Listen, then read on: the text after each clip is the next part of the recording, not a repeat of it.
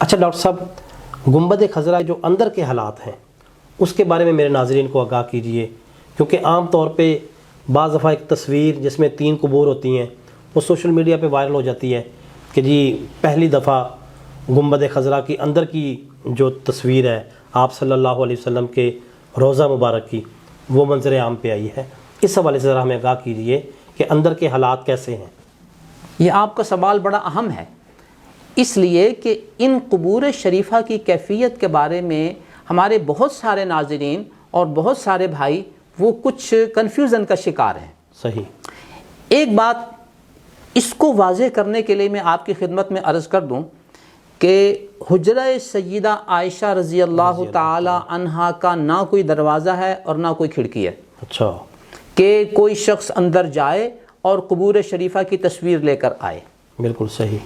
سیدنا امام سمہودی رحمۃ اللہ علیہ جو 9ویں صدی کے آخر میں آئے اور اس وقت مصر کے حکمران تھے جن کا نام تھا سلطان قائت بائی رحمۃ اللہ علیہ، رحمہ اللہ تعالی۔ انہوں نے مسجد نبوی شریف کی اثر نو تعمیر کرنا چاہی تو انہی دنوں میں حجرہ سیدہ عائشہ رضی اللہ تعالی عنہا کی مشرقی دیوار میں کچھ تھوڑا سا خلا محسوس ہونے لگا۔ صحیح۔ تو اس کی ایک شکل تو یہ تھی کہ اس کو باہر سے بند کر دیا جاتا، صحیح۔ لیکن جو ماہرین تھے انہوں نے یہ کہا کہ اگر ہم اس خلا کو باہر سے ختم کر دیں تو ہو سکتا ہے کچھ عرصے کے بعد یہ پھر کھل جائے، ہمیں یہ دیکھنا ہے کہ یہ خلا ہے کیوں ہوا ہے یہ، صحیح۔ بنیادیں کمزور ہو گئیں، کوئی اور مسئلہ بن گیا۔ تو جب انہوں نے تحقیق کی تو انہیں اندازہ ہوا کہ حجرہ سیدہ عائشہ رضی اللہ تعالی عنہا کی 2 دیواریں ہیں، ایک اندرونی دیواریں ہیں اور ایک بیرونی دیواریں ہیں۔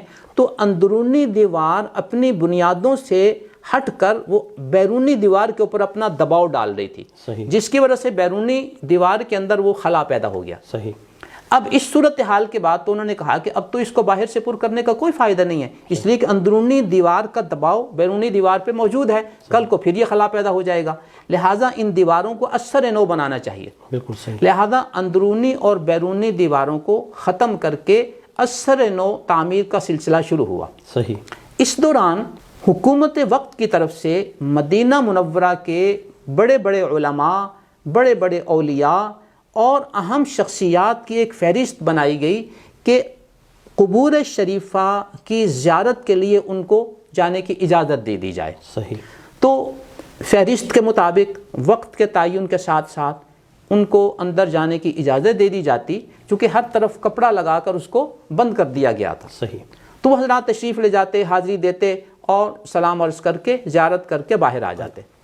امام سمہودی رحمۃ اللہ علیہ یہ بھی مدینہ منورہ میں تھے اور مدینہ منورہ کے بڑے علماء اور بڑے اولیاء میں سے تھے، تو ان کا نام بھی اس فہرست میں موجود تھا۔ صحیح۔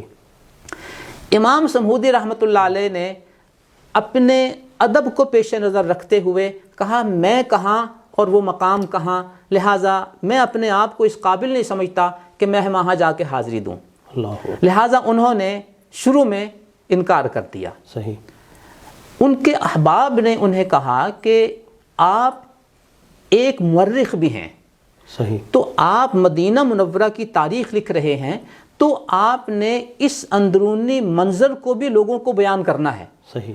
تو اگر آپ حاضری دے لیں تو حاضری کا شرف بھی حاصل ہو جائے گا اور اپنی تاریخ میں آپ اس مبارک حصے کی تاریخ بھی لوگوں کو بتا سکیں گے۔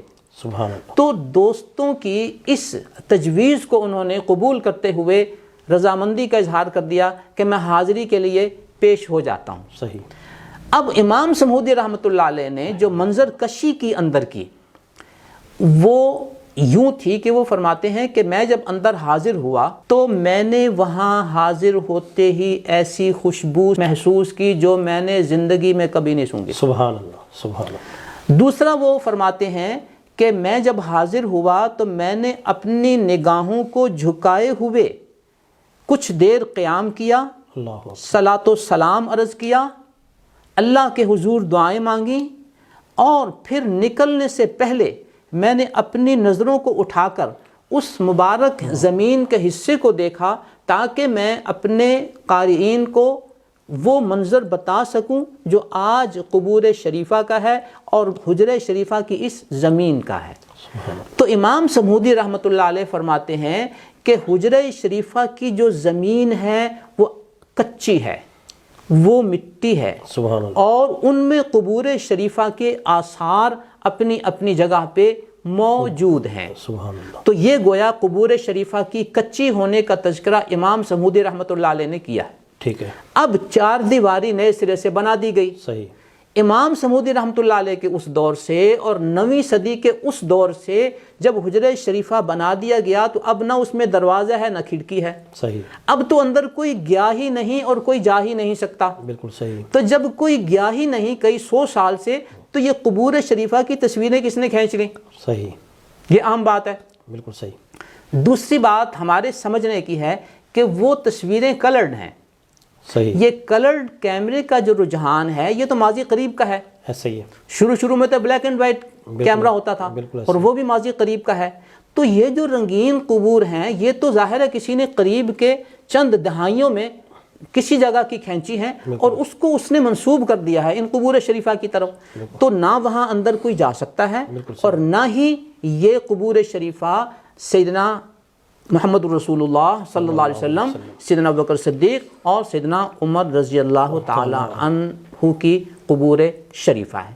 ایک بات میں یہاں مزید وضاحت کر دوں کہ ہمیں عام طور پر یہ پڑھنے سننے کو ملتا ہے کہ فلاں حکمران یا فلاں بڑی شخصیت جب مدینہ منورہ حاضر ہوئیں تو ان کے لیے روضہ اقدس اور اس حجرہ شریفہ کے دروازے کھول دیے گئے۔ ایسے ہی، اب ہر بندہ یہ سوچتا ہے کہ ان کے لیے تو دروازے کھولے جاتے ہیں۔ تو یہاں ہم اپنے قارئین کو بتا دیں کہ حجرہ شریفہ وہ حصہ ہے جو پکی دیوار ان جالیوں کے اندر موجود ہے۔ یہ جو بڑی شخصیات حجرہ شریفہ کے اندر جاتی ہیں، یہ حجرہ شریفہ وہ پکی دیواروں والا نہیں ہے، بلکہ یہ جالیوں کے اندر صرف جاتے ہیں، جا کر اس حجرہ شریفہ کے باہر یہ رک جاتے ہیں۔ اندر جانے کی کوئی شکل نہیں ہے، قبور شریفہ کو دیکھنے کی ان کے لیے بھی کوئی شکل نہیں ہے، یہ صرف ان جالیوں کے اندر ان کو جانے کا موقع دیا جاتا ہے۔ تو اس سے ہم خلاصہ یہ نکالیں گے کہ اندرونی قبور شریفہ کئی 100 سال سے نہ وہ کسی نے دیکھی ہیں نہ وہاں کوئی گیا ہے، تو جب نہ کوئی گیا ہے تو پھر یہ تصویریں کس نے کھینچی؟ یہ قبور شریفہ کسی اور جگہ کی ہیں، نبی اکرم صلی اللہ علیہ وسلم اور شیخین کی نہیں ہیں۔